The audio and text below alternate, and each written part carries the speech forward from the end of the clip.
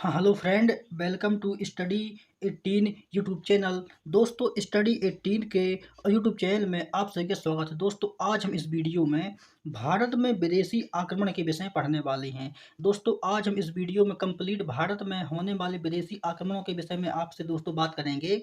दोस्तों, आज हम इस वीडियो में कंप्लीट एकदम सीक्वेंस वाइज क्रम वाइज जो जो भी भारत पर विदेशी आक्रमण हुए हैं उसके बारे में आज हम ये मतलब इस वीडियो में बात करने वाले हैं। दोस्तों, अगर बात करें हम भारत में विदेशी आक्रमण की, तो भारतीय इतिहास में दोस्तों अभी तक जो भारत में जो भी विदेशी आक्रमण हुए हैं उसके विषय में अगर हम दोस्तों बात करें, तो आज हम इस वीडियो में दोस्तों प्राचीन भारत पर होने वाले विदेशी आक्रमण की बात करेंगे। उसके बाद दोस्तों मध्यकालीन जो भी इतिहास पर मध्यकालीन भारत पर जो भी विदेशी आक्रमण हुए हैं उसके विषय में बात करेंगे। और इसके बाद आधुनिक इतिहास मतलब आधुनिक भारत पे जो भी विदेशी आक्रमण हुए हैं तो उसके विषय में आपसे बात करेंगे। दोस्तों, आज हम कंप्लीट प्राचीन भारत, मध्यकालीन भारत और आधुनिक भारत में होने वाले विदेशी आक्रमणों के विषय में आपसे बात करने वाले हैं। दोस्तों, अगर हम बात करें कि प्राचीन भारत में या प्राचीन इतिहास में कौन कौन से विदेशी आक्रमण हुए हैं उसके विषय में अगर हम बात करें कि एक है प्राचीन इतिहास या प्राचीन भारत में कौन कौन से विदेशी आक्रमण हुए हैं उसके बारे में अगर हम दोस्तों बात करें, तो यहाँ पर दोस्तों सबसे पहले आक्रमण होता है किसका? ईरानियों का आक्रमण होता है। मतलब प्राचीन इतिहास में सबसे पहला जो आक्रमण होता है वो होता है ईरानियों का आक्रमण होता है। और दोस्तों तो ईरानी के बाद दोस्तों किसका आक्रमण होता है? तो ईरानियों के बाद यूनानियों का आक्रमण होता है। उसके बाद हिंद यमन का आक्रमण होता है। और हिंद यमन के बाद शकों का आक्रमण होता है। और शकों के बाद पल्लवों का आक्रमण होता है। और पल्लवों के बाद कुषाणों का आक्रमण होता है। तो ये जो आक्रमण होते हैं ये आक्रमण प्राचीन इतिहास में होते हैं, प्राचीन भारत में होते हैं। ये प्राचीन भारत में विदेशी आक्रमणों का एक एक दोस्तों क्रम है कि सबसे पहले यहाँ पर ईरानियों का आक्रमण होगा। और ईरानी के बाद दोस्तों यूनानी, और यूनान का सिकंदर था। तो ईरानियों के बाद जो आक्रमण होता है वो होता है दोस्तों सिकंदर का आक्रमण होता है। उसके बाद हिंद हिंद यमन शासकों का आक्रमण होता है। और हिंद यमन शासकों के बाद यहाँ पर शकों का आक्रमण होता है। और शकों के बाद पल्लवों का आक्रमण होता है। और पल्लवों के बाद कुषाणों का आक्रमण होता है। तो दोस्तों ये जो है ये प्राचीन इतिहास के विदेशी आक्रमण हैं। इसके बाद हम दोस्तों बात करते हैं कि मध्यकालीन के इतिहास में कौन कौन से विदेशी आक्रमण होते हैं। तो अगर हम दोस्तों बात करें कि मध्यकालीन इतिहास में या मध्यकालीन भारत में कौन कौन से विदेशी आक्रमण होते हैं, तो यहाँ पर दोस्तों जो आक्रमण होता है यहाँ पर अरबों का आक्रमण होता है। और तुर्कों का आक्रमण होता है। और मंगोलों का आक्रमण होता है। तो 3 आक्रमण जो होते हैं, तो ये तीनों आक्रमण मध्यकालीन भारत पे होते हैं। सबसे पहले आक्रमण होगा अरबों का, उसके बाद तुर्कों का, और तुर्कों के बाद मंगोलों का। इसके बाद हम दोस्तों बात करते हैं आधुनिक इतिहास में, इसके बाद हम बात करते हैं आधुनिक भारत की। तो आधुनिक भारत पर यहाँ पर यूरोपीय कंपनियों का आगमन होता है। यहाँ पर दोस्तों विदेशी आक्रमण नहीं होती, केवल यहाँ पर कंपनियाँ व्यापार के लिए आती हैं। और वही कंपनियां धीरे धीरे भारत में अपनी सत्ता को स्थापित कर लेती हैं। और एक प्रकार से दोस्तों यहाँ पर जो भी भारत का पॉलिटिकल सिस्टम शासन व्यवस्था है उसको अपने हाथों में ले लेती हैं। तो यहाँ पर दोस्तों जो सबसे पहली कंपनी आती है वो दोस्तों पुर्तगाली कंपनी थी, जो 1498 में इसकी स्थापना होती है। क्योंकि पुर्तगाली दोस्तों वास्को डिगामा था।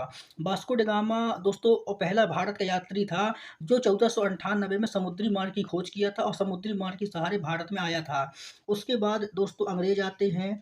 और अंग्रेज के बाद डच आते हैं। और डच के बाद डेनिश आते हैं। और डेनिश के बाद फ्रांसीसी आते हैं। और फ्रांसीसी के बाद स्वीडिश आते हैं। तो ये दोस्तों और यूरोपीय कंपनियों का इस प्रकार से आगमन होता है। तो हमने यहाँ पर आधुनिक भारत के इतिहास में जो भी यहाँ पर विदेशी कंपनियों का आगमन होता है उसके विषय में हमने यहाँ पर बात किया है कि किस प्रकार से प्राचीन भारत पे आगमन होता है। उसके बाद मध्यकालीन भारत पर कौन कौन से और दोस्तों शासकों का यहाँ पर आक्रमण होता है। उसके बाद हमने देखा कि आधुनिक भारत पर कौन कौन सी कंपनियों का आगमन होता है। इसके बाद हम दोस्तों बात करते हैं, इसके बाद हम दोस्तों बात करते हैं प्राचीन भारत की, कि प्राचीन भारत में आखिर वो कौन कौन से विदेशी शासक थे कि जिनका प्राचीन भारत पर आक्रमण होता है। अगर हम दोस्तों प्राचीन भारत की बात करें और प्राचीन भारत में अगर हम विदेशी आक्रमण की बात करें, तो प्राचीन भारत दोस्तों विदेशी आक्रमण की बात करें तो यहाँ पर दोस्तों जो भी प्राचीन भारत में विदेशी आक्रमण होती हैं, वो एक प्रकार से दोस्तों जो भी प्राचीन भारत में वंश चल रहे थे, उनके समकालीन होते हैं। यहाँ पर दोस्तों अगर हम वंश की बात करें, तो प्राचीन भारत पर जिस वंश ने भी शासन किया है, उनके काल में जो भी और एक प्रकार से दोस्तों विदेशी आक्रमण होते हैं, उनकी बात करें, तो यहाँ पर दोस्तों इसकी ट्रक होती है हसीन मशुक़, है ना? ये क्या होती है दोस्तों? ट्रक होती है। प्राचीन भारत के वंशों को याद करने की ट्रिक क्या है? हसीन मशुक़। और यहाँ पर दोस्तों अगर हम बात करें, तो महाजनपद काल के बाद और भारत में दोस्तों क्या होता है कि कई प्रकार के वंशों का उदय होता है। पहले महाजनपद थे और महाजनपद में सबसे पावरफुल महाजनपद मगध होता है, और जैसे ही मगध का विस्तार होता है, तो एक प्रकार से यहाँ पर वंशों का क्रम शुरू हो जाता है।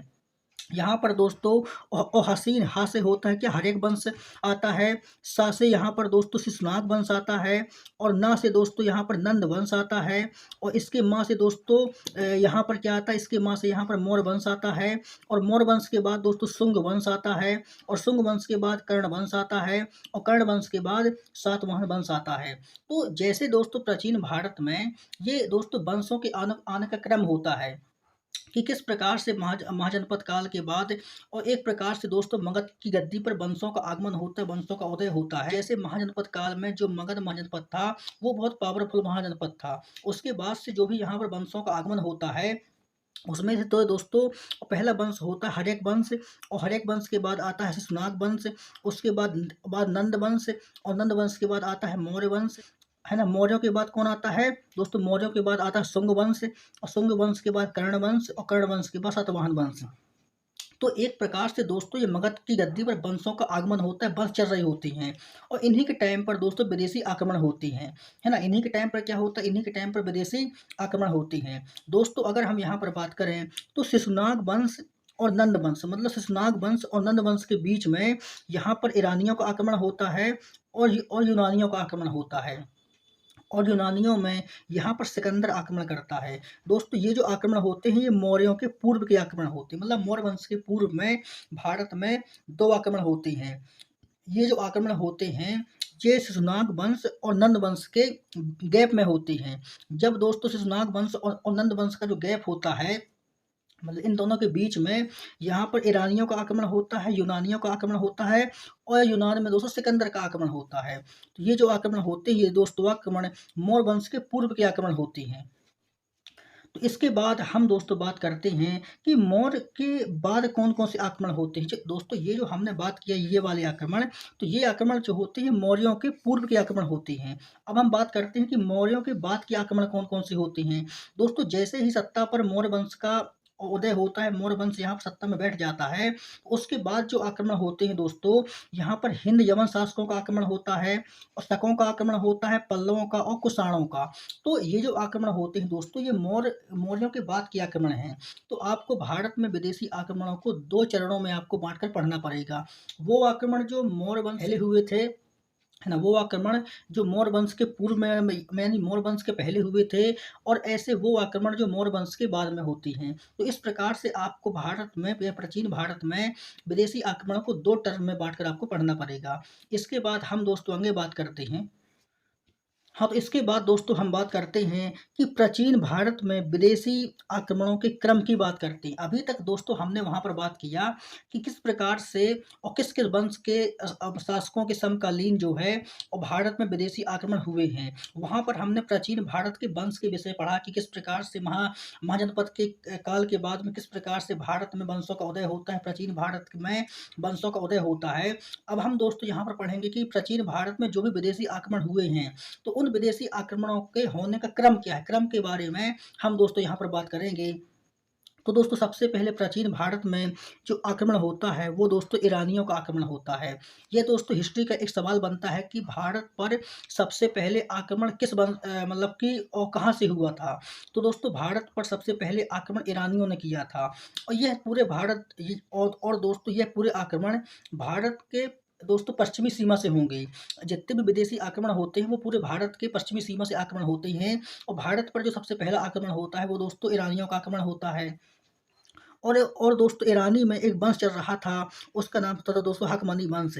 तो दोस्तों हकमनी वंश के शासकों ने सबसे पहले भारत पर विदेशी आक्रमण किया था। और दोस्तों जो हकमनी वंश था ना, तो ये हकमनी वंश ये ईरान का सबसे लोकप्रिय वंश था। और इसके जो राजा थे दोस्तों डेरियस और साइरस। तो डेरियस और साइरस ने भारत पर आक्रमण किया था और ये भारत पर पहला आक्रमण था। उसके बाद दोस्तों ईरानियों के बाद जो आक्रमण करते हैं वो करते हैं दोस्तों यूनानी। तो ईरानियों के बाद यूनानियों का आक्रमण होता है और यूनानियों पर दोस्त सिकंदर, ये सिकंदर जो था ना, ये सिकंदर एक यूनानी था। यह दोस्तों मकदूनिया के शासक फिलिप का पुत्र था।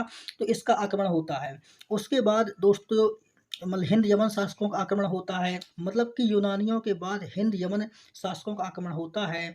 और दोस्तों हिंद हिंद यमन शासकों में यहाँ पर बैक्ट्रियन और पार्थियन का आक्रमण होता है। उसके बाद दोस्तों यहाँ पर शकों का आक्रमण होता है। और शकों के बाद दोस्तों पल्लवों का आक्रमण होता है। और पल्लवों के बाद यहाँ पर कुषाण वंश की स्थापना होती है। तो इस प्रकार से दोस्तों विदेशियों ने और भारत पर अपने शासन की स्थापना किया था। क्योंकि दोस्तों शकों के बाद पल्लव वंश की स्थापना होती है और पल्लवों के बाद दोस्तों कुषाण आते हैं। तो इस प्रकार से यह दोस्तों भारत में जो भी विदेशी शासक थे उन्होंने अपने वंश की स्थापना किया, अपने राज्य की स्थापना किया, अपने साम्राज्य का विस्तार किया दोस्तों। और अगर हम दोस्तों बात करें कि शकों में, तो शकों का जो सबसे फेमस राजा था उसका नाम था दोस्तों रुद्रदामन।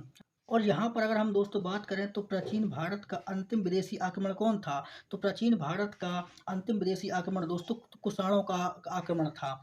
उसके बाद हम दोस्तों बात करते हैं मध्यकालीन भारत की। इसके बाद हम दोस्तों बात करेंगे कि मध्यकालीन भारत में कौन कौन से विदेशी आक्रमण हुए हैं, कौन कौन से विदेशी साम्राज्य की स्थापना हुआ, इसके बारे में हम दोस्तों बात करते हैं। तो जो मध्यकालीन भारत था, तो मध्यकालीन भारत पर दोस्तों जो भी विदेशी आक्रमण हुए हैं उसमें से दोस्तों पहले अरबों का आक्रमण हुआ है। और अरबों के बाद दोस्तों तुर्कों का आक्रमण हुआ है। और तुर्कों के बाद यहाँ पर दोस्तों मंगोलों का आक्रमण हुआ है। अगर हम दोस्तों यहाँ पर अरबों के आक्रमण की बात करें तो दोस्तों अरबों में यहाँ पर मोहम्मद बिन कासिम ने आक्रमण किया था। और दोस्तों तुर्कों में यहाँ पर महबूब गजनबी और मोहम्मद गौरी ने आक्रमण किया था। और मंगोल शासकों में दोस्तों यहाँ पर चंगेज खान और तैमूर लंग ने मतलब आक्रमण किया था।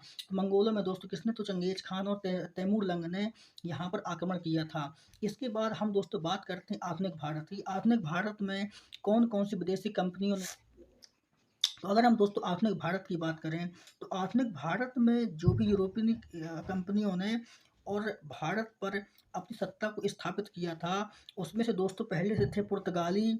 और पुर्तगाली के बाद आए थे अंग्रेज। और अंग्रेज के बाद डच। और डच के बाद डेनिस। और डेनिस के बाद फ्रांसीसी। और फ्रांसीसी के बाद स्वीडिश। तो दोस्तों यह दो संपूर्ण भारत पर विदेशी आक्रमण का क्रम था। हमने दोस्तों इस वीडियो में संपूर्ण भारत के विदेशी आक्रमण के क्रम के विषय में आपके बारे में बातचीत किया है।